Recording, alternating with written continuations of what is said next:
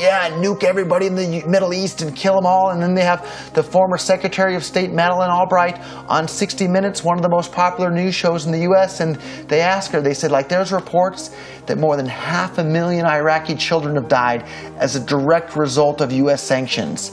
And she looks back at her with a straight face and she goes, it was a really tough decision, but I think that it was worth it. Worth murdering 500,000 kids because of what the government did? And I apologize for crying, but it just disgusts me from my core when I see government people murdering people around the world.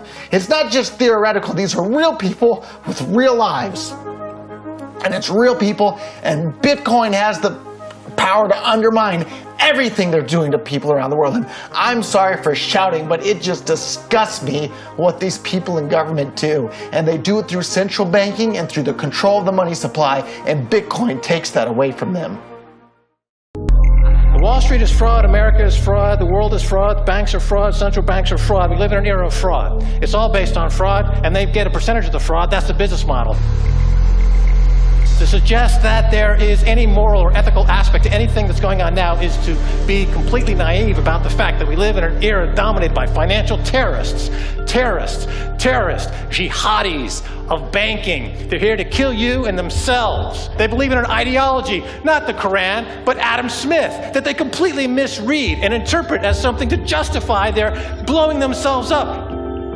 Janet Yellen's a terrorist! Mario Draghi's a terrorist! The Central Bank of Japan is a terrorist! These are the real terrorists!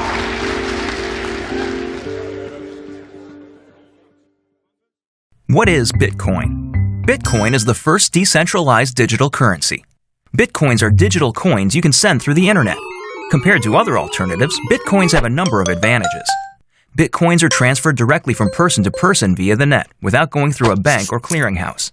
This means that the fees are much lower, you can use them in every country, your account cannot be frozen, and there are no prerequisites or arbitrary limits. Let's look at how it works.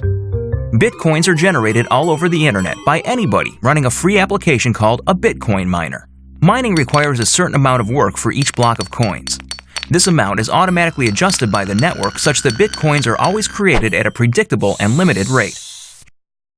Your Bitcoins are stored in your digital wallet, which might look familiar if you use online banking.